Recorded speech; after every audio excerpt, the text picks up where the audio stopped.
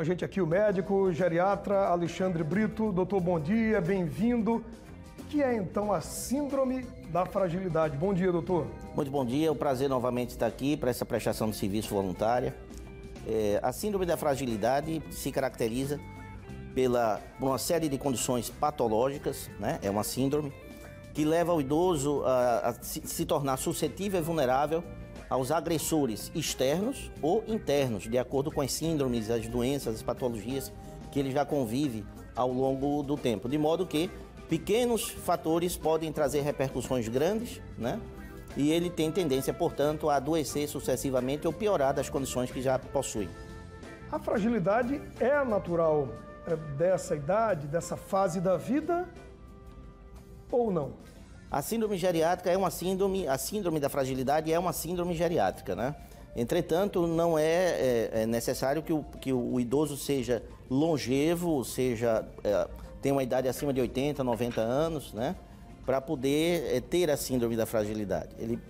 O idoso, a depender de patologias crônicas que ele vem tendo ao longo da vida e de como ele é tratado, acompanhado, como ele lida, né? E como ele foi acompanhado em relação a essas síndromes crônicas ao longo da vida, se teve muitas complicações, se teve menos complicações, como patologias como diabetes, hipertensão, ou se teve sequelas dessas complicações, como AVC, insuficiência renal, alterações cardíacas. A depender disso e da predisposição genética, ele pode ter uma síndrome da fragilidade em idade, uma idade mais jovem. A partir de 65, 70 anos, ele pode desenvolver um quadro de fragilidade. Não é preciso ter 90, 100. Eu queria lhe perguntar, o despertar dessa fragilidade, ela pode variar e teria, você falou, doenças que você já teve ao longo da vida. Componente genético também pode ser um grande fator e Isso. Pode despertar a partir de que idade? Não há um marco matemático para a gente começar a levar em conta, mas o histórico do paciente, o histórico familiar, há outros idosos com síndrome de fragilidade ou com suspeita dela na família, é um questionamento que a gente pode fazer na nossa anamnese. Mas a avaliação física desse idoso, para saber se ele está perdendo a qualidade do seu desempenho no dia a dia.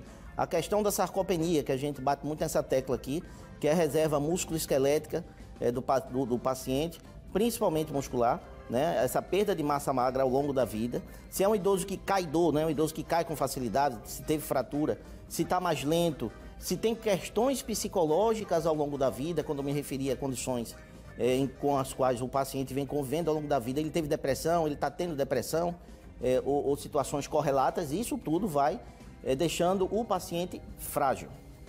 E essa fragilidade, às vezes, quem está no dia a dia, como cuidador, ou é um filho, ou é um sobrinho, um neto, às vezes pode até incomodar, né?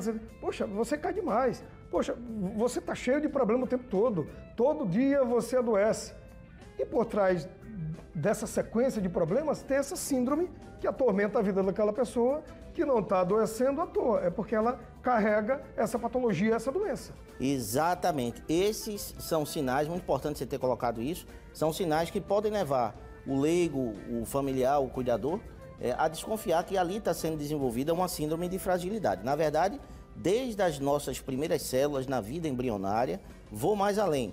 Em cada célula existem mecanismos bioquímicos para nos manter equilibrados e adaptados ao ambiente.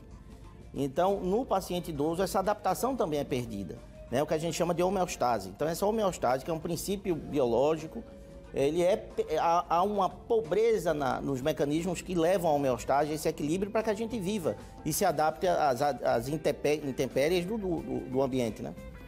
Quando buscar ajuda, e quem vai buscar ajuda é o filho, neto, o cuidador, a cuidadora, ou a própria pessoa que fala, poxa, doutor, nessa sua conversa com ele lá, eu estou adoecendo muito, eu estou ficando fraco nesse sentido, eu levei uma queda essa semana, mas já tinha caído na outra semana, ou no mês passado. Ninguém fica ou se torna ou está indisposto à toa. Então, se há uma disposição, se há uma percepção de que há uma perda de rendimento, então é bom investigar, né? E se é um paciente que está chegando na porta da fase idosa, ou mesmo idoso, procura o geriatra, mas é uma síndrome endocrinológica, neurológica, então precisa de um acompanhamento muitas vezes multidisciplinar também. Doutor, muito obrigado por ter vindo e semana que vem o convite já está feito para o senhor voltar e tomar um cafezinho com a gente aqui, tá bom? É um prazer, muito obrigado.